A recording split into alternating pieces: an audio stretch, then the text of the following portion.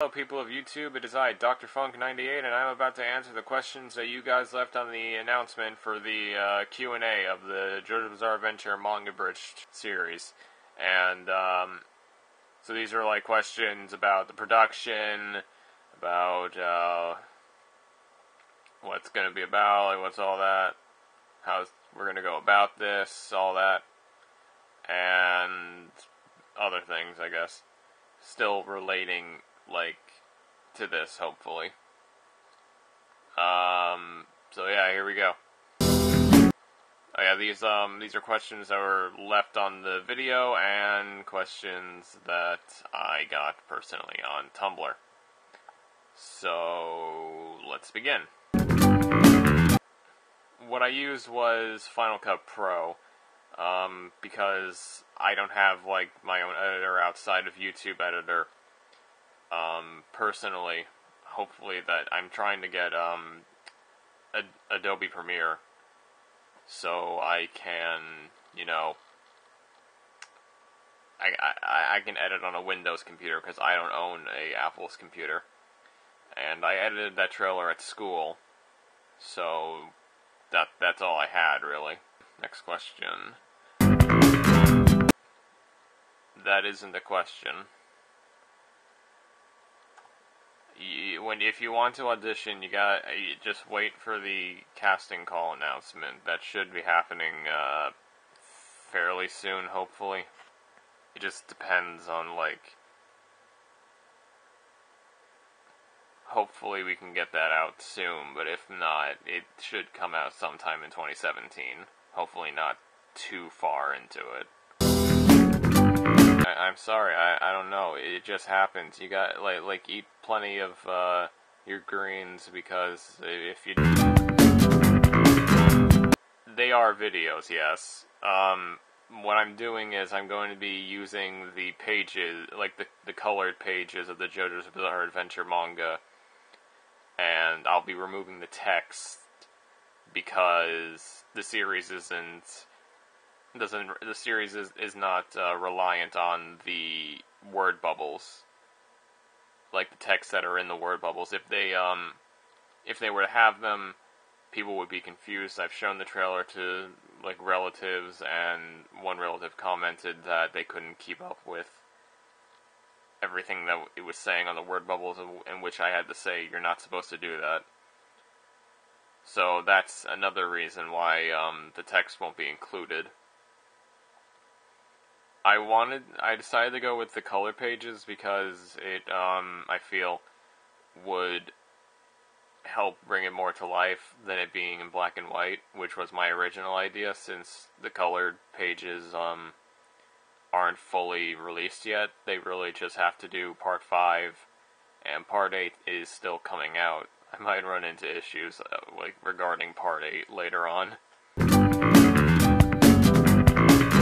I will be releasing them as individual films. They are going to, hopefully, each will be about an hour long, or at the, like hopefully not exceeding 2 hours, but it might be, like most, I'm trying to go for an hour long video, or at the very least,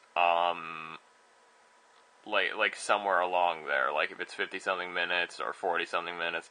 If it's long enough, then to cover the whole part, then it's good. Yes, they're going to be voice acted. That we're going to be opening the casting call for that when I get the Adobe Premiere, a new laptop, and once I finish writing the script for Part 1. Because I have everything, like I already got everything planned out in my head, and I just need to put that into a script, and then it should be good. Then I can open the casting call and we can get voice actors. Some characters we already have casted, like, ahead of time, like, Jonathan and Dio, and, Speedwagon, also Bruford. But everyone else we're gonna need, other characters for. Myself and Hardcore Dinosaur are going to be, voicing characters throughout the series, so we're planning that out as well.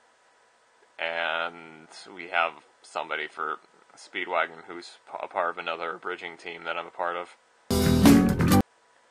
I have only read Purple Haze Feedback, which we also plan to cover. Is an interesting way we're going to do that, considering it really doesn't have any visual since it's a novel.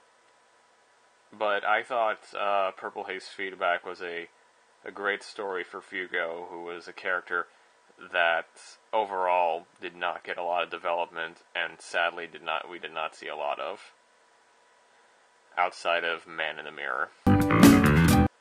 I think it's inspiring that he's driven to make his art recognizable for him.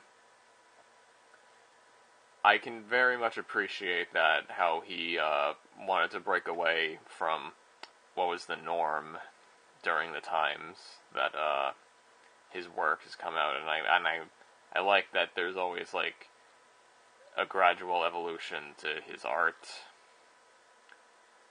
And you almost don't realize it's happening when you see it, because if you're like going consistently, then yeah, no, it's like very fluent, very subtle. You like with part 4, you don't even realize that it changes until like you look back at the beginning and you're like, holy crap, he looks like a beefcake. It does annoy me a little bit, I will say, because it's not always like the best looking.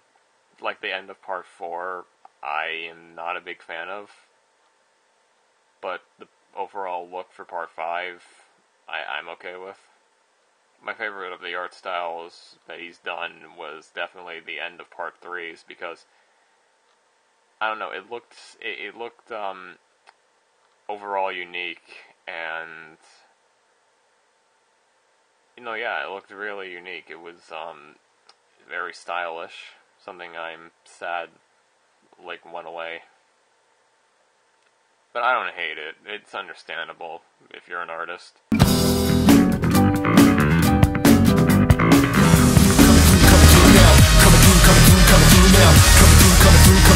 Watch me going, holy drive.